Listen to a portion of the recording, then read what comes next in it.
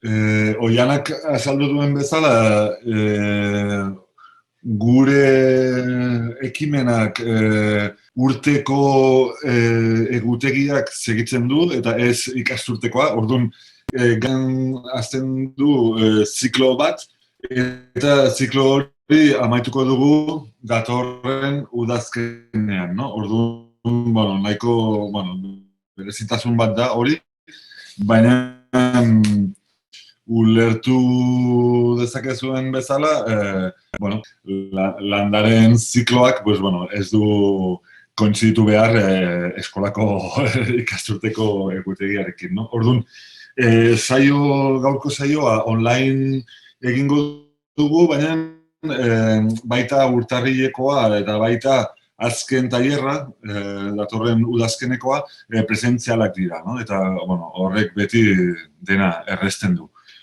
Baina, pentsatu genuen, pandemia garaian dena online egin genuen, leheno dena presentziala egiten genuen, baina, erabaki genuen, igual, lehenbiziko saio hori online egiten balin badugu, igual, aukerak zabaltzen ditugu eskola gehiago egoteko gaurko saioan, eta, pixkat ikusteko ea interesatua zareten, ala ez, edo ea segituko duzuen, ala ez. Horregatik gaurkoa online egingo dugu.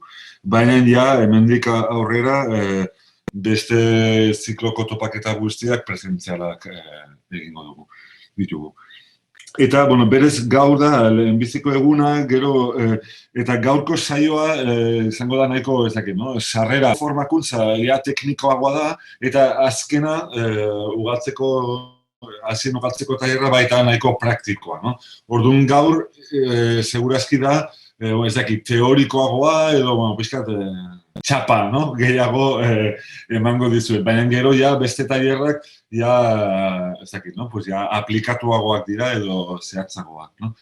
Baina, iruditzen zaigu, beharrezkoa dela, hiruzpalau kontzeptu oinarrizkoak, mahai gainean ezartzea. Eta,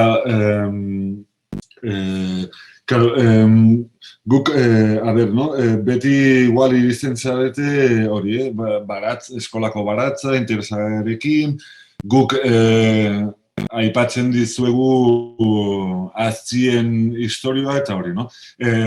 Orokorrean, zertaz ari gara, eta, nekazal kultura eskoletara ekimen barruan, arlo ezberdinak lan egiten ditugu, hiztegia, elikadura mapa eta hori, baina, kasu honetan, nolabait hartzen ditugu haziak,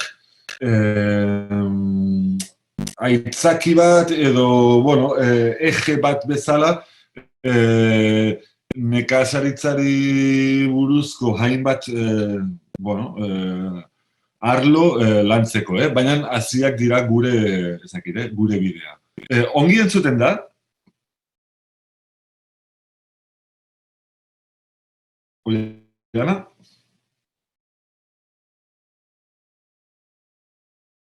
Ados, bale. Orduan, eta, horri buruz aritzen garenean, guk beti esaten dugu, gai bati buruz hitz egiten dugu, eta hori da landatutako bioaniztasuna, no? Orduan, eta hori, normalean, bioaniztasuna hitza esaten balin badugu, igual denek pentsatuko dugu, ezakit, no? Lince ibérico, la selva amazónica, ezakit zen, no? Eta, irudi exotiko horiekin lotzen dugu bioaniztasuna kontzeptua. Baina, behar bada ez gara konturatzen, hori, nekazal guneetan baita bioaniztasuna dagola eta, garrantzi handia daukala, no? Orduan, guk beti hitz egiten dugu, hori, landatutako bioaniztasuna edo agrobioaniztasuna, no? Eta hau izango da gaurko saioaren gaia. Jarriko dut, konpartituko dut pantalla, ea ikusten den.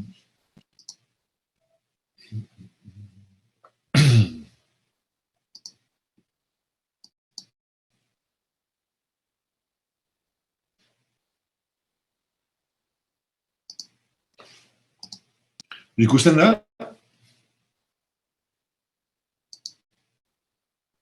Bai. Ados. Vale. Bueno, hemen hasieran daukazue definizio bat, eta hau da, landatutako bioaniztasuna, elikadura eta nekazaritzarentzat garrantzitsuak diren bioaniztasunaren osagaiak eta agroekosistemek osatzen duten bioaniztasunaren osagaiak. Orduan, kontzeptu honen barnean eskala edo eskala ezberdinak ditugu, no? Alde batetik handienetatik hasteko, pues bueno, ditugu agroekosistemak, no? Agroekosistema hitz importantea da, hori agroekologia, teoria agroekologikotik dator, eta, bueno, erraiteko da, baratza bat edo soro bat ikusi dezakegu ekosistema bat bezala. Oian bat balitz bezala edo itsasoa edo laku aintzira bat edo eta bat, no? Orduan,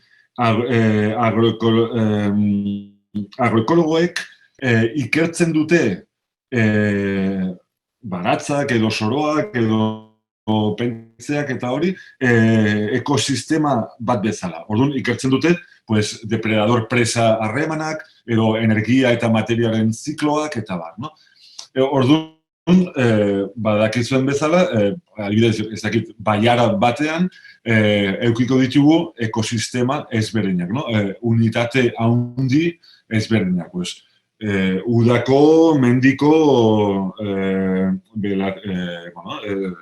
belategiak hor goian. Gero erdigunean ditugu, oiana eta igual gune ireki batzuk eta bar, no? Gero hurbiltzen garenean ditugu soroak eta neguko piezak, ez, animaliak izateko, eta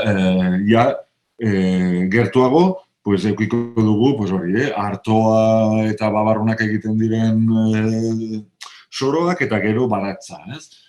Eta lorategia nahi badezuen bezala. Orduan, unitate guzti horiek osatzen dute bioaniztasunaren eskala handiena, edo testu ingurua. Gero, juten balin bagara, baratzara, adibide bat jartzeko, baratza batean, baita soro batean edo belati batean, eukiko ditugu espezie ezberdinak, ez?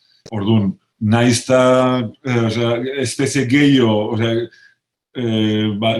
espezie gehiago balin baditugu, noski, bioaniztasun gehiago eukiko dugu.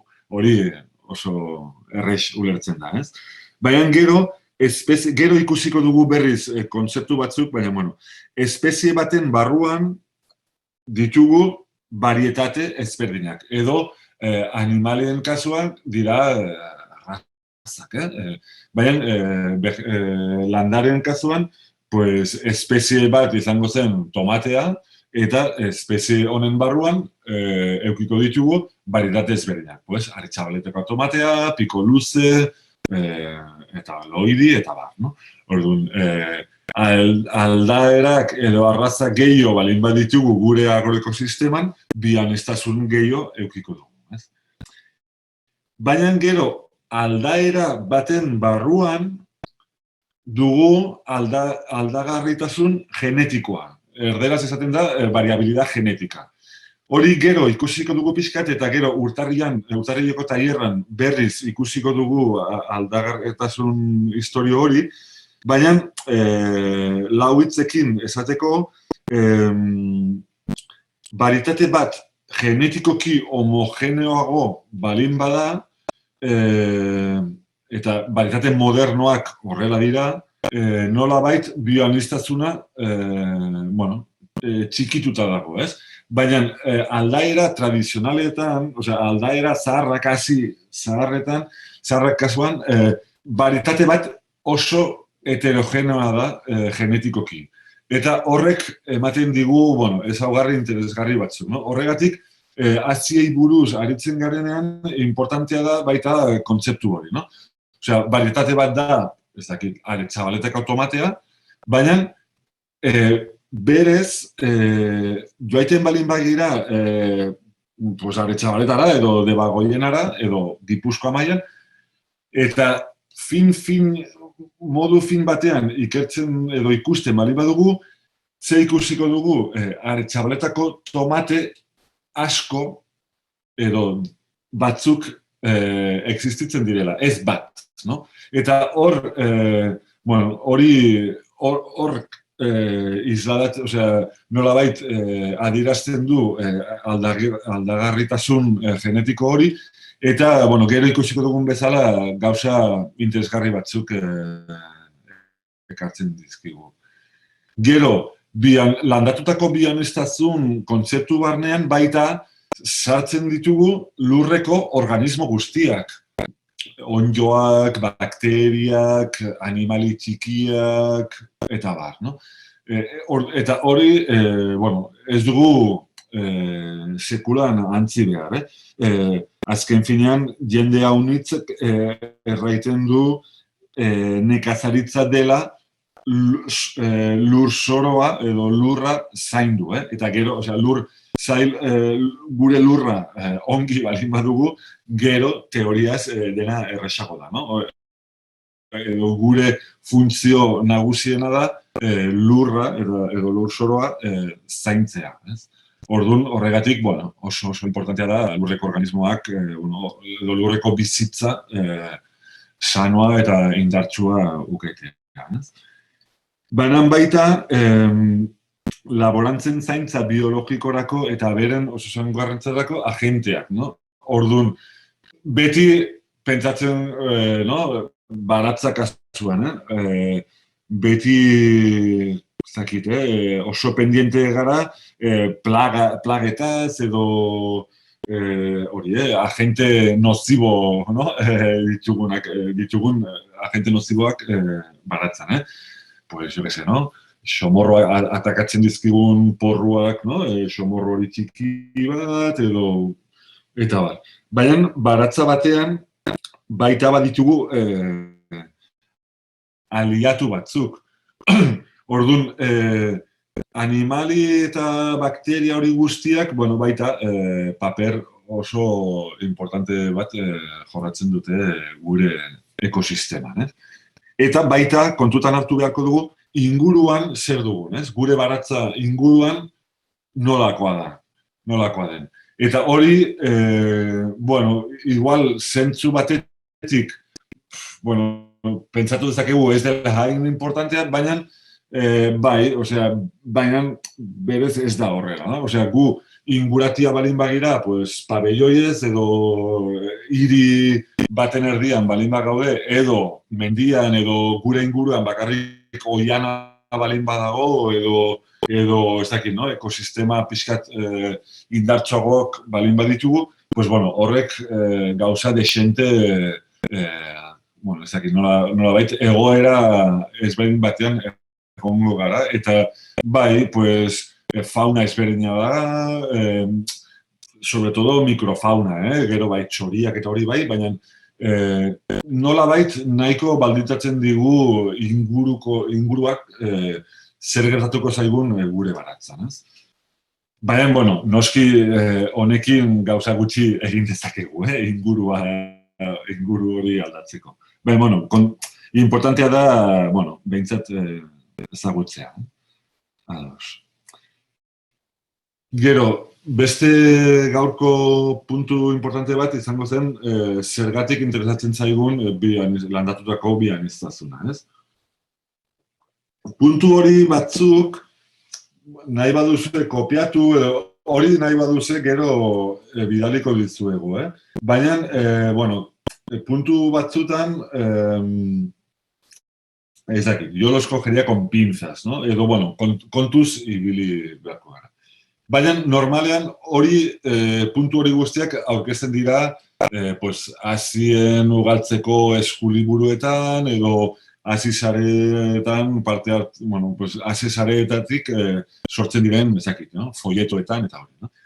Eta noski ni ados nago eta horregatik jarri ditut puntu horiek hemen, baina, ikusiko dugun bezala, igual, zerbait, puntu batzuekin, kontuz ibili. Baina, printzipioz, erran dezakegu, lantzoko bioaniztasuna, produktibitatea, elikadura segurtasuna, eta ekoizleen errentagarria handitzen du. Hori, interesa balin baduzue, hemen agertzen da, ez dakit, eztabaida potolo bat, eta da, ea, agroekosistema biodiverso batek gehiago ekoizten duen, ala ez, badakizuen bezala, nekazaritza industrialaren apostua monokultiboak izan dira, ez? Pues baditugu, ezakit zenbat hektarea, hartoz beteta, edo gariz beteta, edo hori, monokultiboak. Nekazaritza industrialaren ideologiak erraiten digu monokultibo handietan ekoizten balin baditugu gure elikagaiak, horrek ematen digu baldintza edo egoera bat ekoizpena, produktibitatea handitzeko. Eta hau da, zakit nola esan, dogma bat bezala, Gero, teoria agroekologikotik ikerlari batzuek kontrakoa esaten digute. Adibidez, horietatik famatuena da Miguel Ángel Altieri, Kaliforniako Berkeley Unibertsitatean irakasle bat da. Eta, interesa balin baduzue, internetean aurkituko dituzue hainbat artikulu, Miguel Ángel Altieri, chileno, baina Kalifornian bizi dena. Eta berak esaten du, berak eta beste hainbat, agroekosistema dibertso batek gehiago ekoizten du, edo produktibitatea handiago dela. Zenta, kontatzen gure kalkuluak jartzen balin baditugu variable guztiak, haiek ateratzen duten emaitzek esaten digute produktiboagoa dela finka biodiversa batek. Hori, kriston eztabaida bat da, eta datu eta datuak mahai gainean jarri behar dituzte, haien artean ez konpontzeko. Baina, normalean guk agroekologian aldekoak onartzen dugu, variable guztiak eta datu guztiak kontatzen balin baditugu, ez bakarrik ingurumenaren zaintzagatik, ez bakarrik gure osasuna zaintzagatik, baizik eta baita ekonomikoki edo produktiboki kontatzen balin edo begiratzen balin badugu nola gelditzen den lurreko bizitza, nola gelditzen den ur subterraneoak eta hori, sartzen balin baditugu ekuazionean variable guztiak, noski guretzat nekazaritza industrialak epe ertainan edo epe luzean produktibitatea apaltzen eta murrizten du. Gero, bigarren puntuan, eremu hauletan, basoetan eta desagertzeko arriskuan dauden espezietan nekazaritzaren prezioa murrizten du. Hori, hori bioaniztasuna handitzen balin badugu gure agroekosistemetan, nolabait, gure aztarna inguruan murrizten da. Puntu hori, igual, pixkat komplexuago da, baina, bueno, ezin maz. Gero, hirugarrena oso importantea da. Agroekosistemak egonkorragoak, sendagoak eta jasangarriagoak izaten laguntzen du. Hemen, beste puntu teoriko importante bat agertzen da. Eta da, eta hori da teoria agroekologikoaren oinarri handi bat. Oazen pentsatzera, oian bat daukagu, edo laku bat. Normalean, ekologo zientifikoek, azken hamarkadetan iaia beti ikertu dute, edo oianak edo lakuak. Ekosistema, laku bat da, azken finean, ekosistema itxi bat, eta nahiko erresago ikertzeko. Nola gertatzen diren, zikloak edo espezien arteko harremanak eta hori. Pues, ez dakit, por definición, ez? Osea, berez, ekosistema natural bat iraunkorra da, ez? Hor ditugun zikloak eta prozesuak eta harremanak, mantentzen dira denboraz, noski, hartzen balin badugu, eskala temporal oso handia, pues, evoluzioa, hor dago. Baina, epe motzean edo epe ertainan hartzen balin badugu, ez dakit, pues, 1000 urte epe bat, nahiko luzea, baina geologikoki motza, ekosistema natural bat mantentzen da, bere kabuz. Baina gure agroekosistemak ez dira ekosistema naturalak, Agroekosistema bat, por definición, da ekosistema ez artifiziala, nahi baduze, baina bai da ekosistema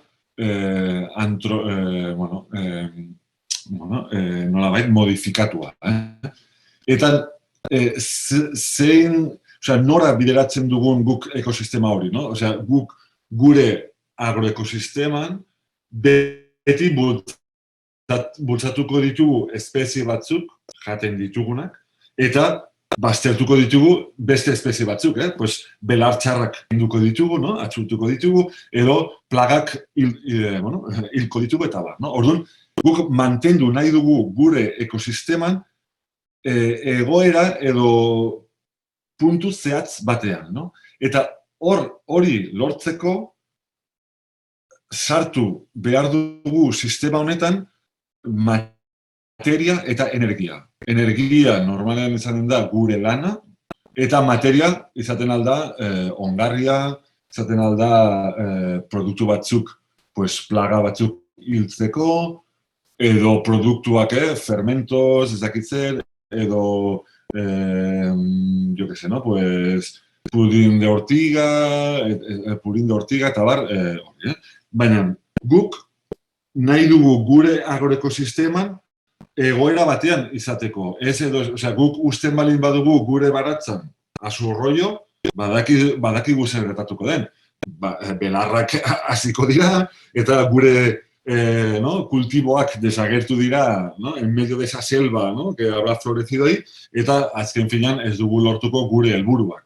Orduan guk jarri behar dugu beti energia eta materia ekosistema honetan gure helburuak lortzeko. Orduan, ze esaten digu teoria agroekologikoak. Eta da, gure agroekosistema, ekosistema natural bat bezala, edo naturalago balin badago, edo barkatu, erderaz esango dizuet. En la medida que se parezca nuestro agroecosistema a un ecosistema natural, será más sostenible. Zergatik, bioaniztasuna delako gako handiena iraunkortasuna lortzeko. Bioaniztasuna da iraunkortasunaren oinarria. Orduan, gure agroekosistema bioaniztasun gehiago balin badauka, iraunkorrago izango da. Espezien ezberdinen arteko harreman positiboak eukiko ditugulako, eta igual, pues, simbiosi horiek emango digu, pues, emaitz interesgarriak. Edo, balin baditugu arbolak, arbustoak eta belarrak, pues, batzuek hartzen dute ongarriak azpitik, beste batzuk azalertatik, osea, aprobetxatuko dituzte lur soroko baliabide guztiak, edo batek ematen dio besteari itzala, edo batek erakartzen du xomorro batzuk, eta xomorro horrek hiltzen du plaga bat, eta bar, no? Orduan, gure agroekosisteman dauden harreman hori guztiak eta simbiosik eta hori indartsuago balin badira, guk lan gutxiago edo materia gutxiago sartu beharko dugu baratzen. Intuitiboki uste dut nahiko errezu ulertzen dela. Baina hori agroekologoek ikertzen dute eta emaitzak ematen dizkigute hori benetan adierazteko, ez? Eta nolabait ziurtatzeko. Gero, eta horregatik, laugarren puntuan, izurrite eta gaixotasunaren eragina murrizten du. Pues gure agroekosistema sendoago eta indartsuago balin bada, pues, arazo gutxiago eukiko ditugu. Gero, eta horregatik, pues, lurra zaintzen du eta haren emankortasun naturala handitu ere bai. Gero, hori eta horiek izan dira arrazoi ekonomiko batzuk bioaniztasunaren alde izateko, ez? Eta bat da, hori ez importantea da, eta Gipuzkoa mailan berez hainbat aldiz ikusi dugu. Pues, ez dakit nun badago varietate on bat eta preziatu bat, no? Bezeroek preziatzen duten varietate bat, adibidez, Tolosako babarruna. Eta varietate horrek aukera onak emango dizkio, eskainiko dizkie ekoizlei, pues hori, haien ekonomia, bultzatzeko.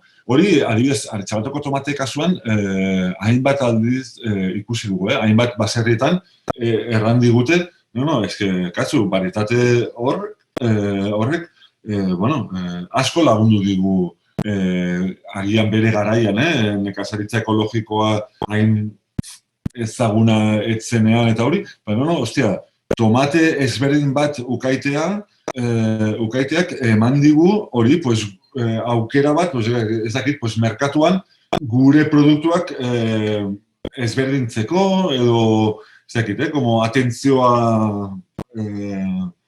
erakartzeko eta bar, no? Eta hori hainbat aldiz ikusi dugu berez eta aparte ekonomia tradizionalean garai bateko baserrien ekonomian eta ez bakarrik Euskal Herrian, hori mundu mailan, zein zen baserritarren estrategia ekonomikoa eta zen diversifikazioa. No te lo juegues todo a una sola carta.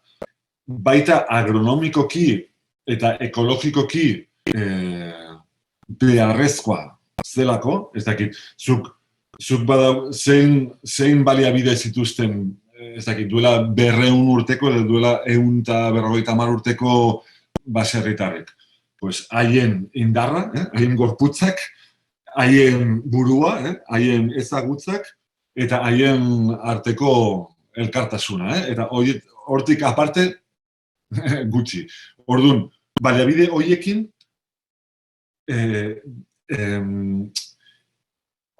lortu behar zutena zen, inguruan ziren aukera guztiak aprobechatzea, y aprovechar de la mejor manera. Orduan, goian, hori, animaliak udan, goian egoten ziren. Eta bitartean, etxe inguruko zelaiak segatu ez, negu neguko belarra ukaiteko. Gero oianetan, txerriak, gero fruitu lehorrak, gaztainak eta bar, gero baratzan, espezie ezberdinak, diversifikazio hori zen estrategia ekonomiko bat, baina ekonomiko desde un punto de supervivencia, de ekonomia tradizional ikuspuntu batetik. Baina gaur egun baita diversifikazioa da estrategia ekonomiko bat. Zuk bakarrik egiten balin baduzu artoa edo garia, eredu industrialean bezala, beti norbaiten menpe egongo zara. Edo kooperatiba baten menpe, edo Chicagoko bolsako prezioen menpe, ezakitzen, no? Orduan, zuk diversifikatzen balin badituzu zure jarduera, noski autonomia irabazten duzu nolabait, no? Hori nahiko intuitiboa da. Baina, benetan, hori oso garrantzitsua da, eta horregatik inguru agroekologikoetatik beti bultzatzen da nekazaritza ekologikoa, txikia, gertukoa eta hori, baina baita diversifikatua.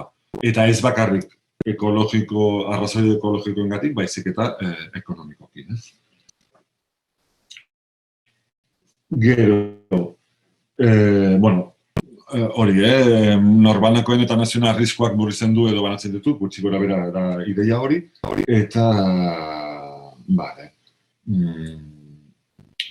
gutxi gora bera dena azaldu dut.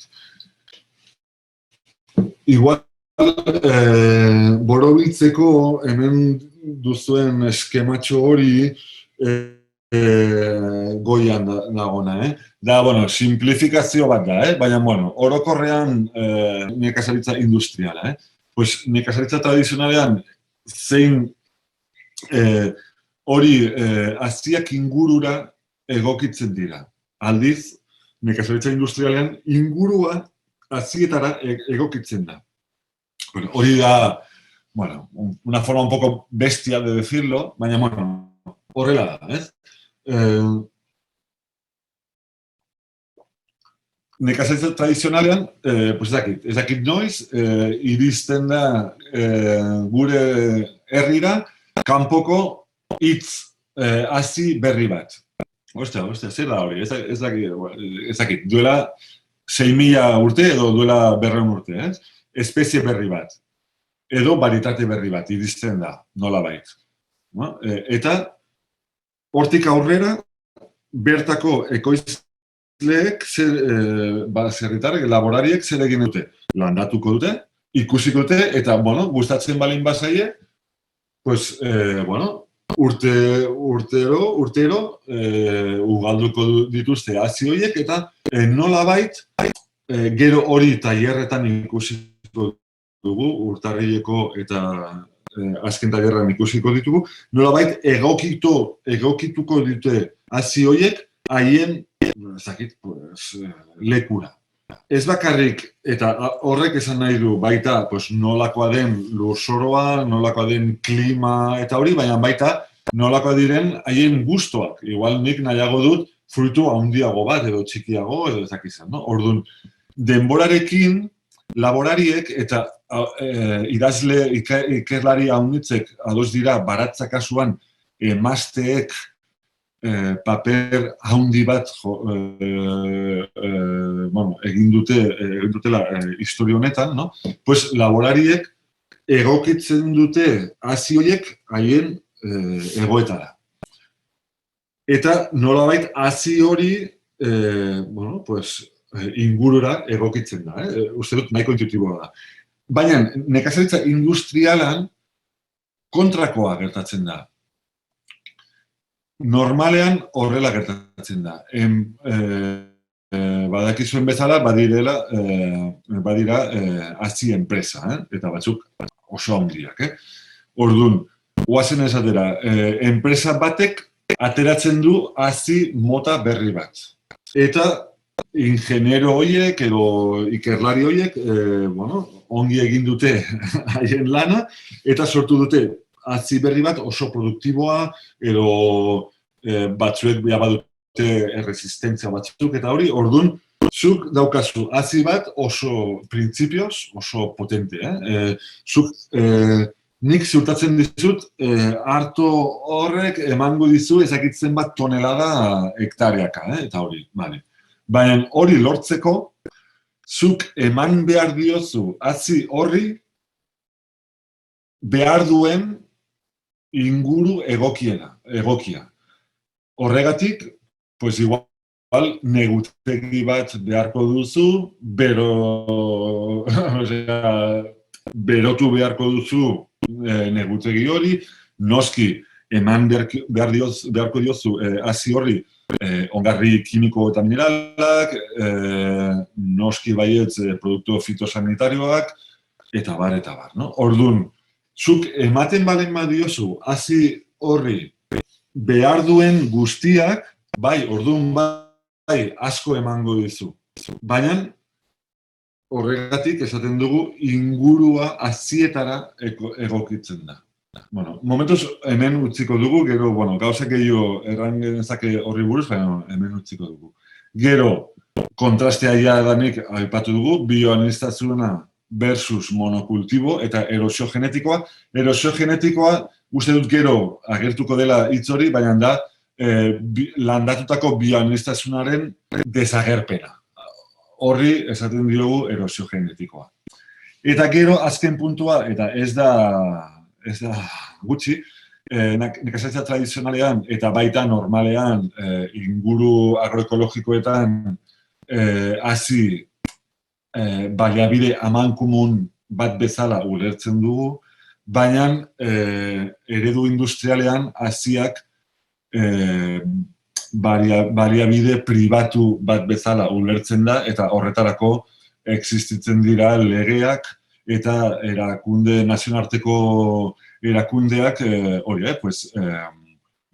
derechos de propiedad intelectual horiek babesteko. Horrek interesa balin baduzue, igual lehen hezkuntzan pixkat eskapatzen zaizue, baina igual DBH-en edo batxilleratuan interesgarria litzaiteke. Interesa balin badukazue, no? Azien privatizazioari buruz, hain, bueno, material baten bat bere garaian sortu genuen, eta, bueno, badugula informazio horri buruz, zuen jakin dezaten. Eta azpian, bueno, datu batzuk ezarri dituzue, dizkizuegu pixkat, bueno, kontekstualitzateko. 20. mendean, planetako landatutako bioaniztazionaren 75% desagertu da. Claro, datu hori FAOk eman zuen duela gutxi gorabehera 20 urte. FAO badakizuen bezala ONUko elikadura eta nekazaritzako agentzia da, la FAO. Nik esango nuke, bueno, nik hemen denok erabiltzen dugu datu hori, FAOk esan duelako, baina berez ezinezkoa da, ez da posible jakitea zenbat espezie eta berez varietateak egon diren historian zehar, landatutako varietateak, eta zenbat desagertu diren, no? Da gutxi gora berako datu bat. Baina denok onartzen dugu. Eta horrek zer esaten dugu. Mundu mailan 3 laurden desagertu balin badira, horrek esan nahi du Europan, Euskal Herrian, Gipuzkoan, berentzait, 100 altuago bat desagertu dela. Ez dakigu zein puntuan gauden Gipuzkoan, gero ikusiko dugun bezala. Baina, segurazki gure Gipuzkoako baratzen varietate, tradizional, iaia guztiak desagertu. Iaia guztiak esan nahi du, ez dakit. 80, 180, edo gehiago, segurazki baietz gehiago, no? Guazen ikustera bigarren datua. Historian zehar, hazi... A ver... Markatu, Osea, 7.000 landare espezia egon dira azken 10.000 urtetan gizakiok jan ditugu 7.000 landare espezie ezberdinak. Gaur egun, 30 espeziekin moldatzen gara. Eta berez, ikusten duzuen bezala, iaia guztiak, importantenak zen dira, arroza, garia, artoa, patata, eta hemen gehitu behar dugu soja. Soja jaten dute animaliek, eta gero gu jaten ditugu animaliek, baina baita oso importantea. Bigarren datu horrek, nolabait, adierazten digu nola murriztu izan den landatutako biodibertsitatea. Barkatu momentu bat, ikusiko dut, zerbait... Bale. 7.000 espezie horiek, no? Baina, itzuliko naiz berriz lehenbiziko datutara, FAO-ko datura. Karo, ez dakigu zenbat baritate tradizionalak galdu ditugu. Zergatik, ez dakigulako zenbat baritate tradizionalak zeuden duela 100 urte edo 200 urte. Hori ez dakigu. Ikerlari batzuek egin dute, datu batzuk eskaini dizkigute. Eta batzuk esaten dute, adibidez, Perun eta Andesetan identifikatu dituzte 7.000 patata baritate ezberdinak.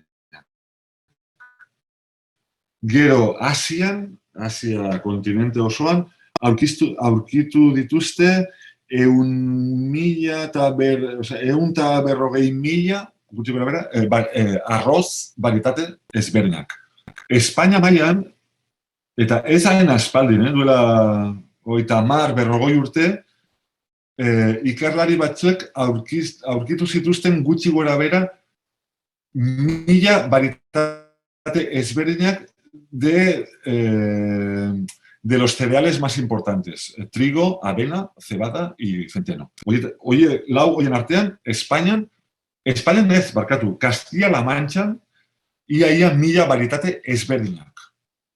Orduan, gaur egun, gutxi gora bera badakigu zenbat gelditzen diren. Baina, berez, ez dakigu zenbat zeuden, eta ez duela 300 urte, ez duela igual 60 urte, ez dakigu. Inork ikertu ez zuelako.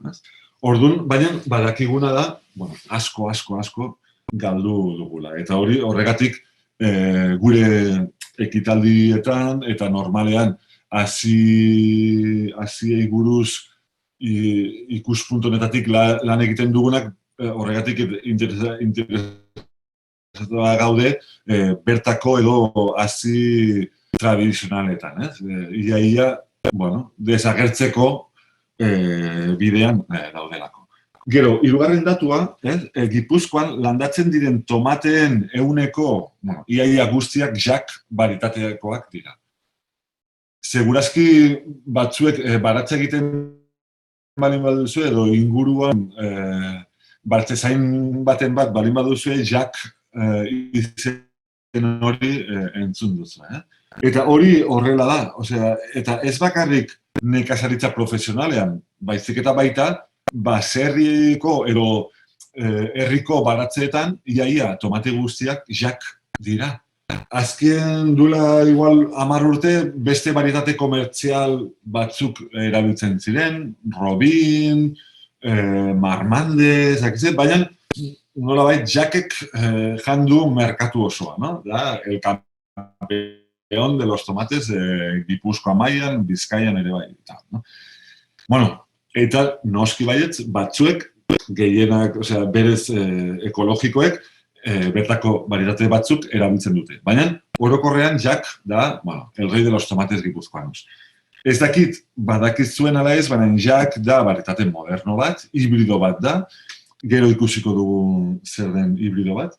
Eta, Seminis enpresako varietate bat da. Seminis da estatu batuetako enpresa bat, eta 2005an Monsantok erosi zuen Seminis. Orduan, Monsantoaren varietate bat da. Eta, segurazki badakizue, edo batzuek entzun duzue, duela 2 urte, Bayerrek erosi zuen Monsanto, no? Orduan, gaur egun, Jack da Bayerren varietate bat. Orduan, eta adibidez, badakizue Eusko Label, Eusko Jaurlaritzako label, no, de calidad hori, badauka Eusko Tomate, label del tomate vasco. Pues gaur egun, Eusko Label hori, tomateren Eusko Label jartzeko,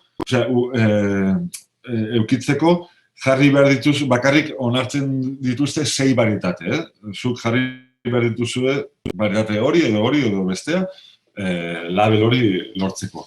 Gaur egun, ia Eusko Label duten tomate guztiak Jack dira. Orduan, Eusko Tomate famatu horiek, Monsantoaren hazi batetik datozte.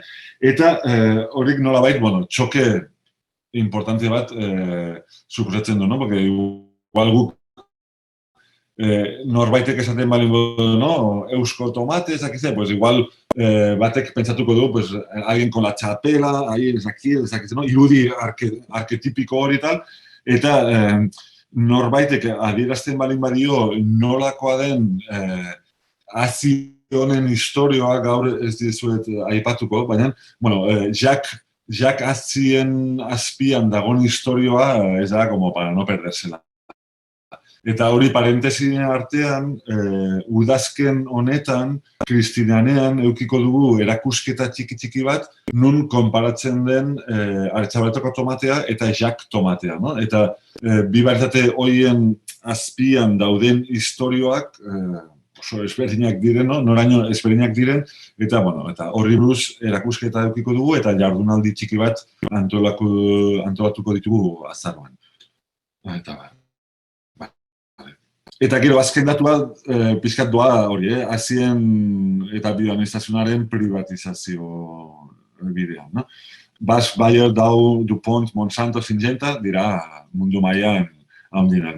Datu hori berez aldatuko beharko genuen, zenta Bayerrek Monsanto erosi zuen, baina, eta,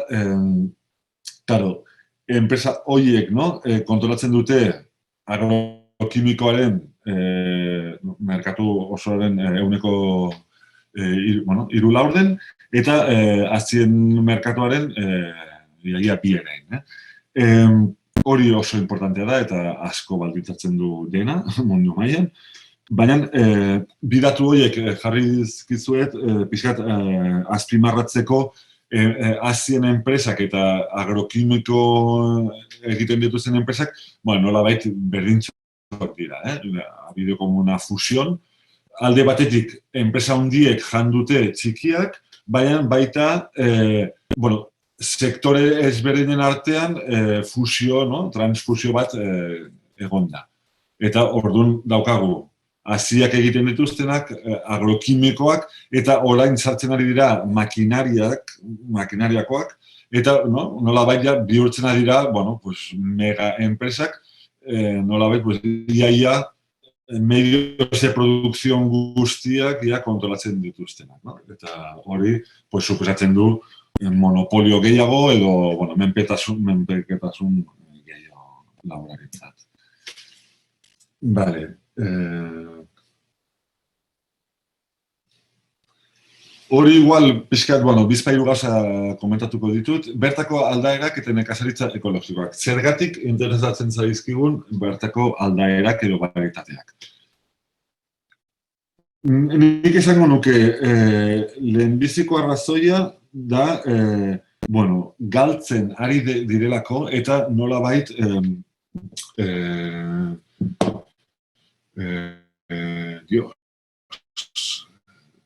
ondare bat direlako. Osea, ondare, guk esaten dugu, ondare biokulturala direlak bertako varietateak. Orduan, azken mendeetan zehar, gure arbazoek lan egin dute, egun guztiak eta egokitu dituzte hazi batzuk gure herriko ezaugarretara, eta, galtzen ari dira altxor hori. Horregatik, batzuek lan egiten dugu honetan. Baina baita egia da agronomikoki eta ekologikoki ezaugarri interesgarri desente dituzte.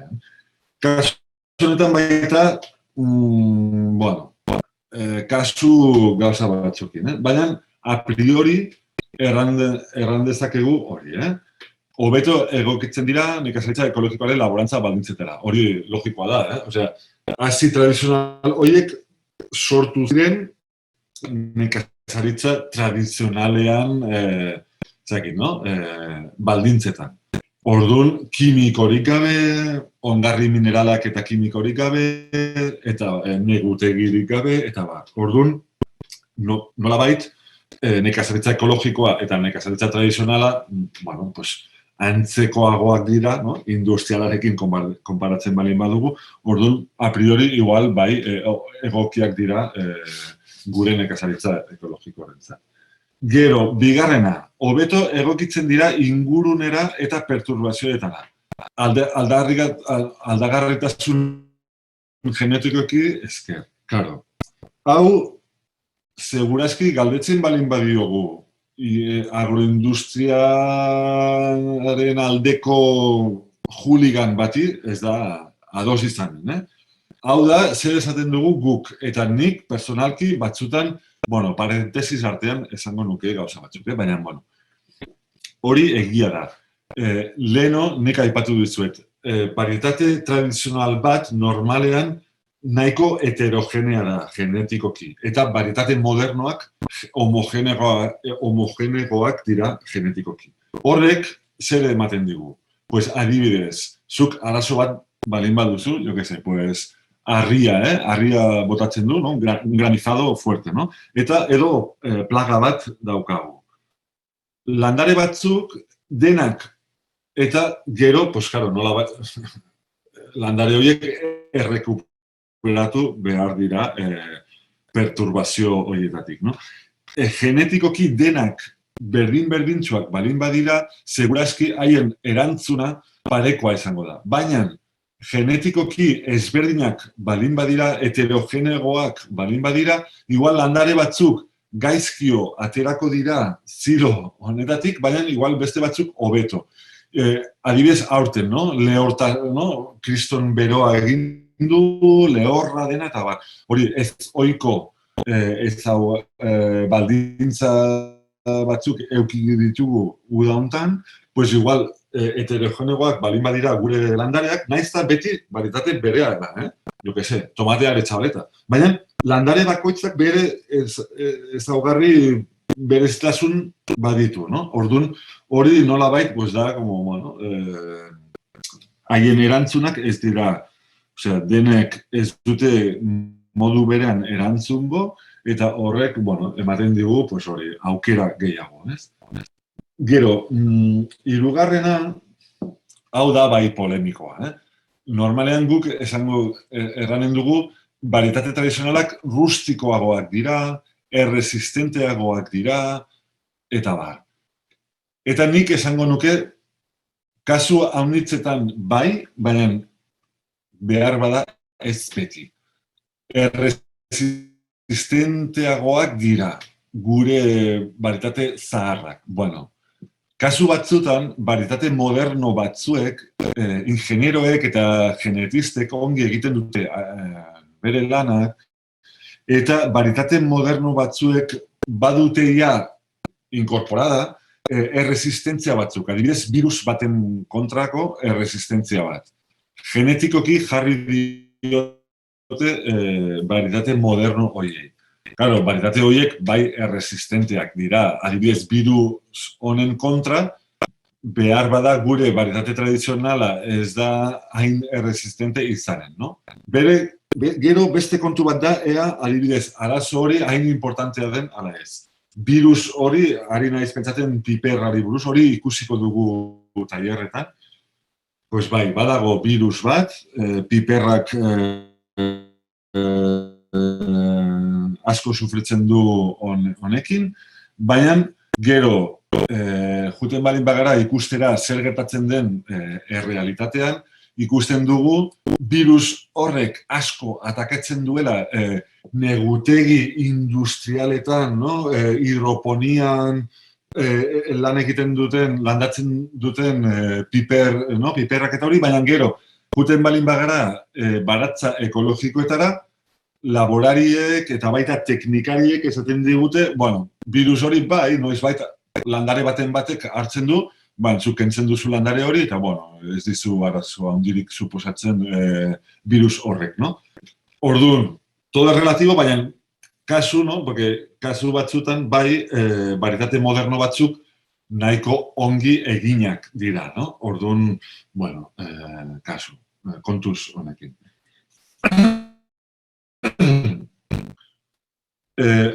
Bosgarrena, bai, dudarik gabe, behintzat orain arte, kasu askotan kontsumitzaileek gehiago presatu ditzaketen gaitasun organoleptiko hobeak dituzte. Hori tomateek adibide argiena eskaintzen digute. Tomate industrialak nolabait dira ur bola gorriak, zaporerik eta usainik gabekoak. Aldiz, tomate tradizionalak, bueno, askoz hobeak dira, hobeak dira. Hori, momentu, zenta, karo, ingenieroak eta genetistak tonto, azozoak ez dira. Eta ari dira denak bilatzen, como locos, ea tomate industrial bat, baina zapore honekin eta hori. Claro, zergatik tomate industrialak hain, ez dakit, no? Desaborioz diren, Osea, zergatik ez dute zapore ona eta hori. Espres egin dutelako, bilatu dutelako tomate soso bat, ez.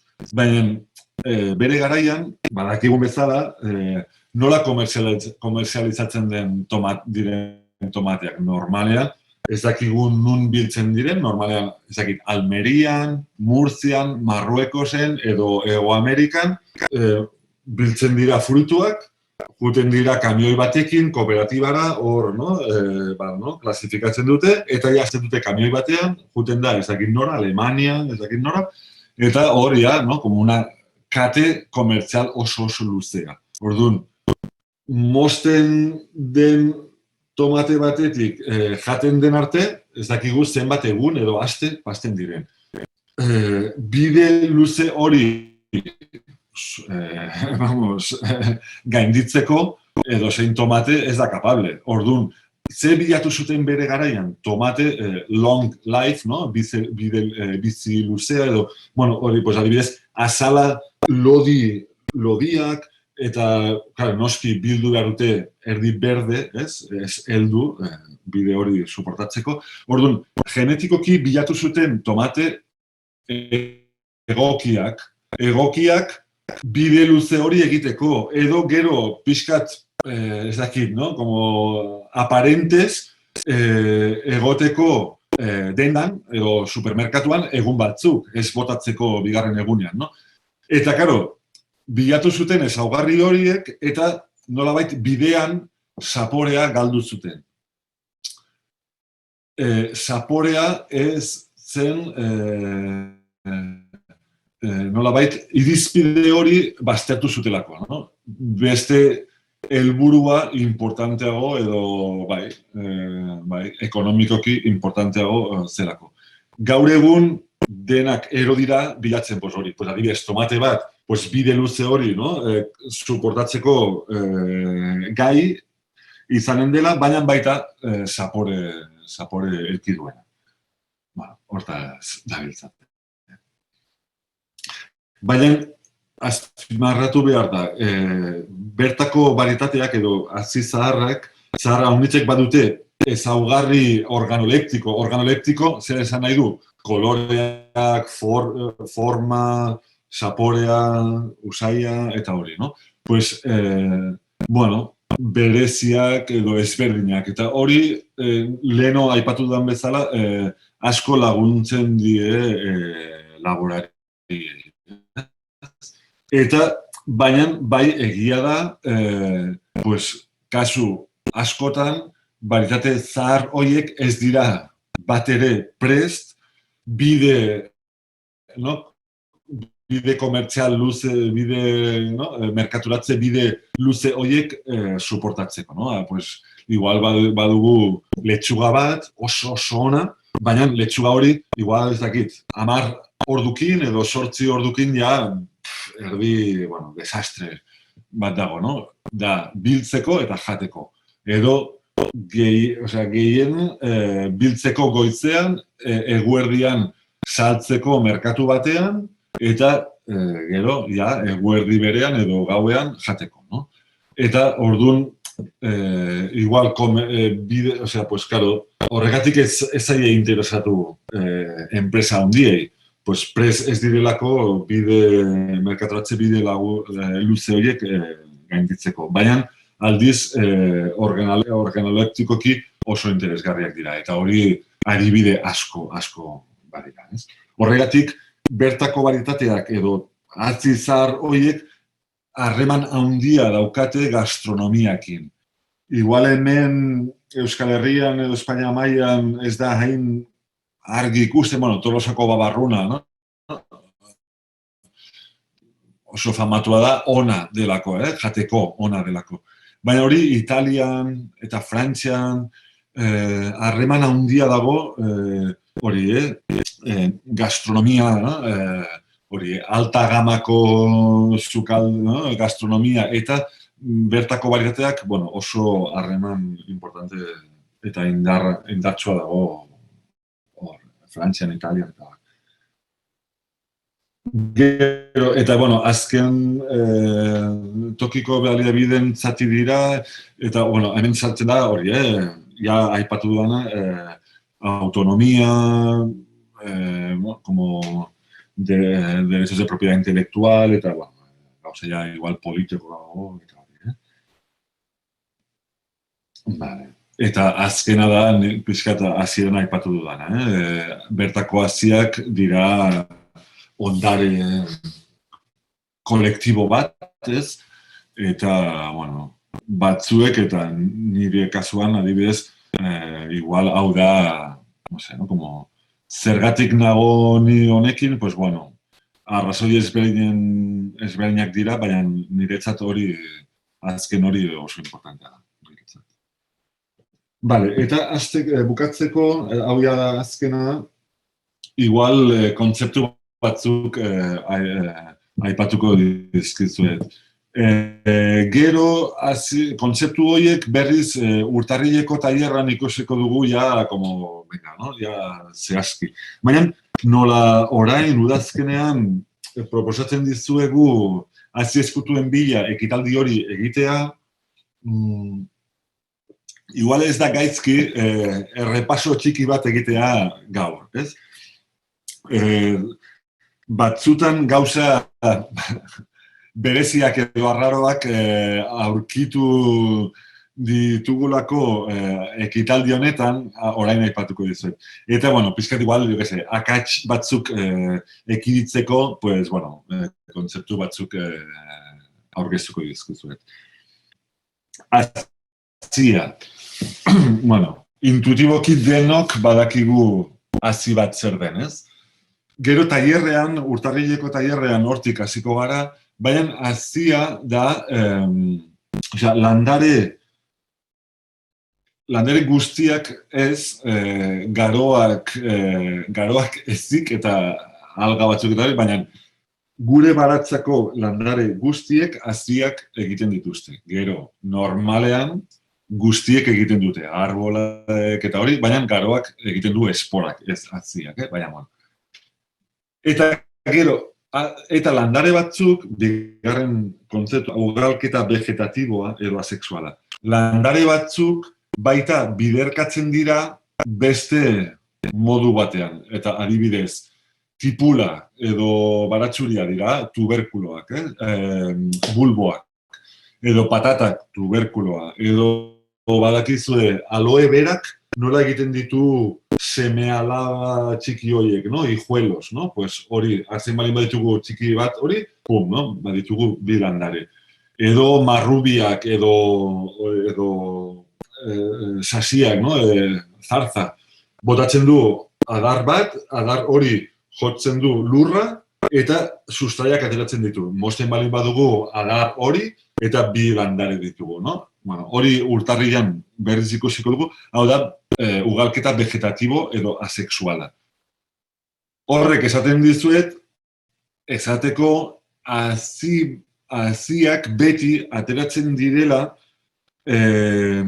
ugalketa sexualatik. Osea, hazia beti da, bueno, hazia zer da? Embrioi bat. Orduan, haziak beti lotuta dago ugalketa sexualarekin. Zergatik esaten dizuet hori? Pues, adibidez, noizbait, eskola baten bat, egin dute ekitadi hori eta baratxuri bat ekarri digute. Bueno, baratxuria ez da hazi bat. Noizbait baita patata bat ekarri digute. Patata bat ez da hazi bat. Ezin dugu gorde urtero. Orduan, bueno, hori. Gero urtarrian berriz sartuko gara honekin. Gero, jadanik aipatu dugu, aldaera. Orokorrean, edo simplifikatzeko, nola zalkatzen duten botanikoek, adibidez, zer esaten digute. Alde batetik, edo goian daukagu el reino vegetal, no? Vegetal guztiak, landare guztiak. Gero, igual daukagu familiak, no? Pues lekaleak, solanaceak, rosaceak, ez da, no? Familia hondiak. Hori simplifikatzeko. Gero, bueno, badaude subfamiliak, daukagu familia, gero genero, espezie eta varietatea edo aldaera. Genero, badakizuen bezala, izen zientifikoek badute bi izen. Adibidez, letxuga, lactuca sativa, no? Lehenbiziko izena da generokoa eta bigarrena da espeziea. Baina guri interesatzen zaiguna da espezie eta aldaera, no? Orduan daukagu espezie, tomate, piperra, eta gero aldaera edo varietateak. Pues, Tolosako babarruna, pinta alavesa, edo ezakitzen, no? Babarrun asko ditugu, pues, babarrun, osea, varietate hauek dira varietateak. Ados? Bertako varietateak edo bertako aldaerak. Izen hori, zer erran nahi du bertako horrek? Hau ez da kontzeptu zientifiko bat, bertako varietateak erderaz variedades locales, hau ez da kontzeptu zientifiko bat, no? Aldaera, espezia, generoa, familia, hori bai da kontzeptu zientifikoak. Baina, bertako aldaera ez da horrela. Beste, eta gainera, beste eremuetan, osea, beste lekutan, ez dute erabiltzen izen hori. Adibidez, guk beti erabiltzen dugu, hemen, gure testuinguruan, bertako aldaerak edo variedades locales. Baina, Hego Amerikan, Amerika Latinan, leku askotan erabiltzen dute semillas criollas, edo semillas campesinas, edo hasi tradizionalak ez dakitzen, no? Orduan, hauek ez dira kontzeptu zientifikoak. Guk zergatik erabiltzen dugu bertako. Alde batetik, tradizionala hitza nolabait erabiltzen balin bagenun, igual norbaitek pentsatuko zuen, tradizional horrek esan nahi du, bueno, garai bateko gauza bat direla, eta gaur egun, ez hain egokiak, ez? Orduan, como nolabait, konnotazio txar hori pixkat baztertzeko, pues ez dugu erabiltzen tradizionalak. Edo zaharrak, edo aintzinakoak, eta hori, no? Eta bestalde, bertakoak, pues, adierazteko, bai, pues, bere garaian beste nunbaitetik etorri ziren hazi horiek, hori ja badakigu, tomatea, pues, duela gutxi iritsi zen Gipuzkoara, kanpotik, baina edo babarrunak, artoa, eta no? Bueno, ia dena, osea, hemen, hori, bueno, ia jaten dugun dena, kanpotik etorri zen bere garaen, duela 10.000 urte, duela 500 urte, edo duela 60 urte.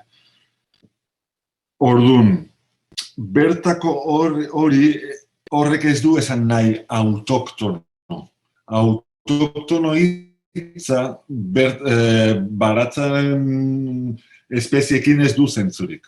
Bertako esan nahi du, bueno, hemengo jendeak, hemengo laborariek, kasua honitzetan, baratza kasuan, hemengo baserriko emazteek, haien lanarekin, haien begiradakin eta esperientzia eta jakinduriarekin egokitu dute hazi horiek hemengo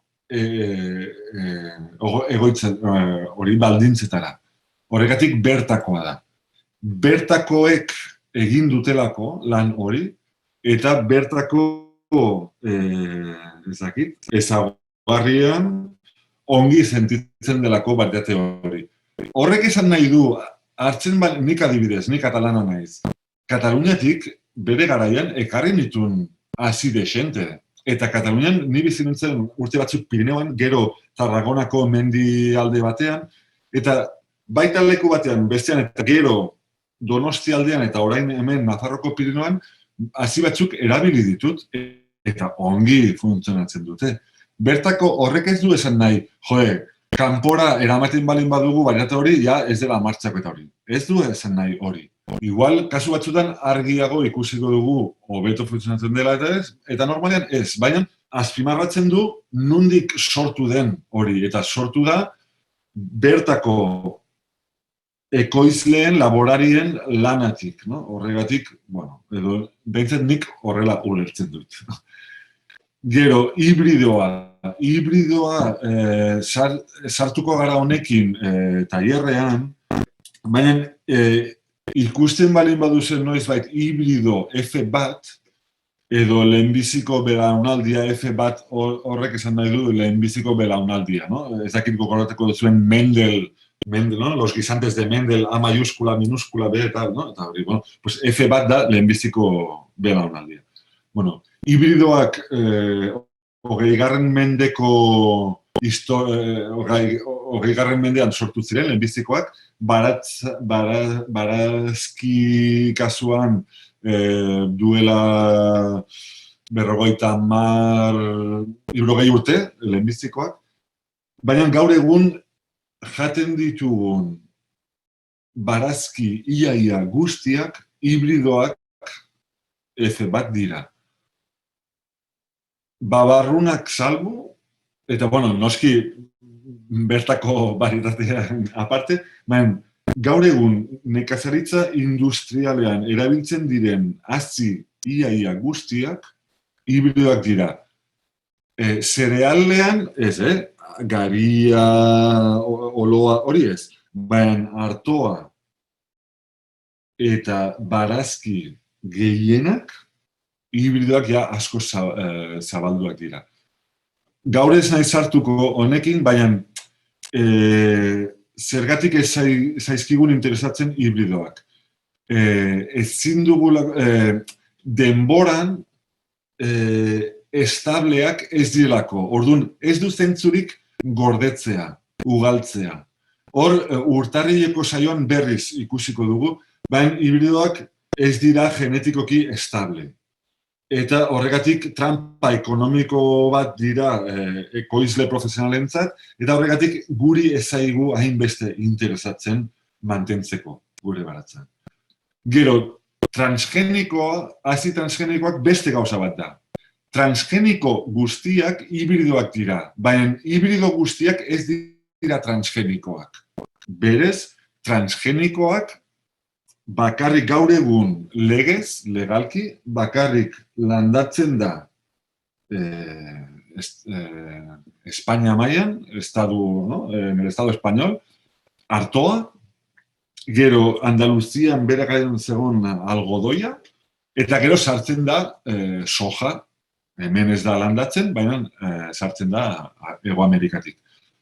Baina barazki, ez dira barazki transgenikorik merkatuan, Europan. Estatu Batuetan, beste kontu bat da. Eta gero, esperimentazio moduan, bai, ikertu dute asko, baina merkatuan ez dira tomate transgenikorik, ez dira letxuga transgenikorik, eta hori ez. Hibridoak, bai, ez transgenikoak. Hori urtarrian berriz. Aldagarritasun genetikoa jadanik ikusi dugu, eta gero hazi endekatuak. Hori berez urtarrileko tailerraren helburu nagusiena hortik jungo da. Urtarrileko tailerra da pixkat helburua izango da zer egin behar dugun gure baratzan hazi onak lortzeko. Eta hazi endekatuak ez ukaiteko. Baina hemen jartzen dizuet, zenta orain egingo duzuen ekitaldia da hori, baserritara jun ikustera ea hazi zahar batzuk aurkitzen dituzuen ala ez. Eta puede ser agian behar bada norbaitek zuen ikaslei esango die baditut hazi horiek baina endekatuak dira. Eta igual hor ikertu beharko genuen zer esan nahi du. Eta bi aukera ditugu. Eta hori urtarrian ikusiko dugu. Baina norbaitek esaten balin baduzue hori, pues jarri ohar bat eta gero urtarrian pixkat ikusiko dugu zer erran nahi duen hori. Eta ja bukatzeko 3 minutukin udazkeneko ekitaldiari buruz ohar pare bat azaldu nahi dizuet. Utziko dut konpartitzen. Eta da, hori, hazi eskutuen bila orain hasiko gara honekin, eta igual zuek pentsatuko duzue, ariketa eskolar bat dela, eta ados, ariketa bat da ikasteko, baina kontutan hartu beharko duzue, ez dela bakarrik ariketa eskolar bat. Duela urte batzuk, hamarkada batzuk, Espainiako gobernuak, Eusko Jaurlaritzak, Gipuzkoako Foru Aldundiak egiten zuten prospekzio lana. Prospekzio lana da hori egingo duzuena. Jutea baserriz baserri, herriz herri ikustera ea zein hazi zaharrak gelditzen diren. Gaur egun ez da egiten lan hori. Orduan, eta behintzat Gipuzkoan, inork ez du lan hori egiten. Guk, Kristinaneako hazien artxibotik, zerbait egiten dugu, baina ez du inork egiten. Eta erran behar dugu, hazi eskutuen bila ekitaldi honen esker, hainbat gauza interesgarriak aurkitu ditugu. Eta hori guretzat oso azpimarratzekoa da. Gero, zalantzak balin badituzuen, noski, Oianak aipatu duen bezala, e-mailez edo hemen gaude. Baina aukera ezberdinak dituzue ekitaldi hori planteatzeko. Eskola batzuetan ikasleak jundira banan-banan, etxeko baratza zenide batekin edo auzo bizilagun batekin, batzuek antolatu dute bikoteka edo taldeka edo eskola batzuk jundira aula talde osoa jundira 4 edo 2 edo 3 etxaldetara. Hori nahi duzuen moduan antola dezakezuen. Gero, baita aukera daukazue, libre ustea aukera esan nahi dut. Zuek eskolan esanen didezue ikaslei. Hautatu baratza bat eta jun eta galdetuta bat. Igual eskolan bertan aurre antolatu dezakezue ateraldi hori. Igual harinaren arabera edo herriaren ezaugarren arabera. Baina hori, aurre antolatu ahal duzue nahi duzuen moduan. Eta gero, normalean, batzutan zer gertatu zaigu. Ikasleak joaiten dira, hazi eskutuen bila hoien txeka, eta eramango dute gero hazi horiek eskolara. Eta batzutan gauza arraroak eramaten dute. Adibidez, hazi batzuk rosa fucsia, Hazi horiek dira, están tratadas con productos fitosanitarios, Orduan, kontuz honekin, porque hori da, bueno, es un veneno, no? Eta noski hazi horiek ez dira zaharrak, no? Edo batzuk ikusi dugu, pues yo que sé, zanahoria, haziak, dena garbi, no? Horrek zer esan nahi du, pues, aita batek edo ama batek hartu du sobre bat, no? Erosetakoa, ireki du eta eman dio txikiari eskolara eramateko. Hori ez zaigu interesatzen. Orduan, pista bat ukaiteko, normalean ze aurkituko dute zuen ikasleek. Normalean tomateak, piperrak, babarrunak, porruak, artoa, kalabaza, perexila, baina hortik aparte, ostia, leka, bai, ados, baina, bueno, normalean, jo que se, bueno, hori. Gero, Oianak aipatu den bezala, bi fitxa ikusiko dituzue, bat da, igual, baserriaren edo etxaldearen ezaugarrien arabera, eta ja, zerbait interesgarria, hazi bat interesgarria ateratzen balin bada, pues ja, bigarren fitxa, ja, hazi horretarako.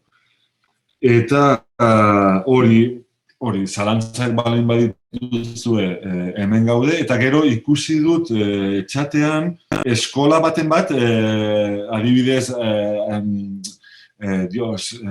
nuntzegon, aizarnakoa, edo beste bat, aspaldin egon zineten, beste bat ikusi baita, no? Pues aspaldin egon zineten gurekin, berriz hemen zaudete, orduan, bueno, nahi, zalantza baten bat balin badako ez edo nola bait aldatu nahi bueno, pues, no? Como que ez zarete lehenbizikoak, eskola batzuk urte batzuk parte hartu dute, eta ja badaukagu esperientzia hori, nola egin dezakezue, pues, lehenbiziko urtea ez balin bada zure kasuan. Eta, bueno, eta honekin ja, nahiko. Txatetik lehenengo galdera, ez saiatzen gara hitzak euskeratzen, baina igual ez dira oso argi gelditzen, endekatua. Zer esan nahi du? Degenerada, se me ha degenerado. Eta urtarrilan ikusiko dugu degenerar hori edo gauza bat edo beste gauza bat esan nahi duen. Baina gaur ez dugu denborarik honekin sartzeko eta urtarrilan ongi begiratuko dugu hori.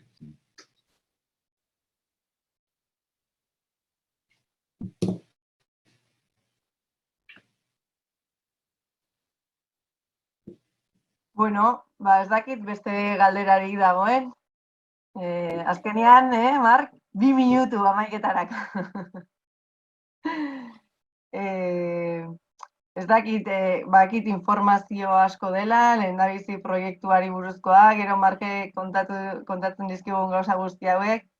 Bueno, gure gaurko ideia zen hori, proiektua ezagutzea, Markek esan duen guztiarekin proiektuari zentzua hartzea, zergaitik egiten duguna hau eta zergaitik iruditzen zaigun garrantzitsua dela denontzako eta eskoletan lantzeko aukera bezala joku asko ematen duela, gauza ezberdinak lantzeko, alde batetik baratza gintza bera, baina inguruan dauden kontzeptu guzti hauek, eta gauza kulturalagoak, gauza zientifikoagoak, bueno, jokoa handia ematen dula aritik tiraka gauza asko lantzeko, eta hori da gaur transmititu nahi genizuen sentsazioa.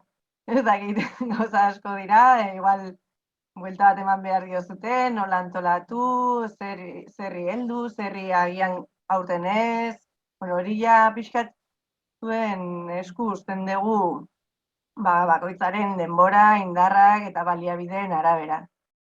Gu Markek esan duen bezala, eta Manesek hasieran aipatu duen bezala ere, laguntzeko gaude, zalantzak argitzeko, eta zailtasunen bat baldin baduzue pausuren batean, hori, kontaktu bat bilatzeko, edo idatzi lasai eta ahalik eta ondoen erantzungo dugu. Eta hori izango litzateke gaurko saioarekin prestatuta genuena.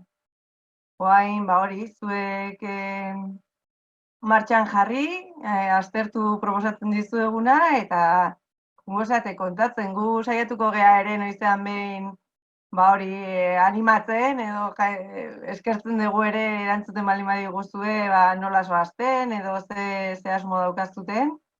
Apuntatu dut, eta Markek esan du aurkezpena bidaltzeko, apuntatu dut, bidaliko dizkizuegu gaurko bi aurkezpentxoak, hola aurrean eukitzeko, eta dakasutenakin aurrera, eta hemen gaudela zalantzak argitu, animatu, eta aldegunean laguntzeko.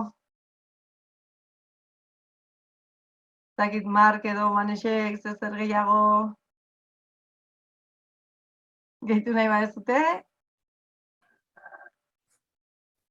Markek desente hitz egin du. Oso ondo, Mark, alare eskertzen da. Eta gure aldetik ez errez, alegin berezi bat egitea importantea da, ikusten degula ikastetxen aldetik, nekazaritzaren presentzia eta mundu hori gerturatzeko. Baratza lan egiten duenare jabetzen dira zelan da dauzkagun, ze karrerak dauden, animatzea irakasleok ze papera importantea daukazue. Eta gero janak esan duen zela, hazien sarea eta hasi izkutuen bilan, dinamikan, ikasleen parte hartzeare oso interesgarria ikusten dut. Agian topaketa moduan, geroztik sortzen zaizkiten gauzak dira, baina igual, ariketan bat, oihartzuna emateko igual gizartean zehar, sarituak izan direnekin, elkarrizketa sortu eta ikaslegoa ahotsa izan dezan baita gizartean zehar. Irutzen zaite, huetatzuk eman behar dizkeula, oiena. Hoxe, eskerrik asko deni. Horrela gelitzen gara orduan, eskerrik asko gaur hemen egoteagatik, eta emailez jarraituko dugu harremanetan, edozein zalantza baldin baduzute galdetzeko, eta gu ere, jungo gera informatzen hori jardunaldien datak eta hurrengo ekitaldiak nola antolatzen goazen. Bale? Bueno, hurren arte orduan. Agur. Agur.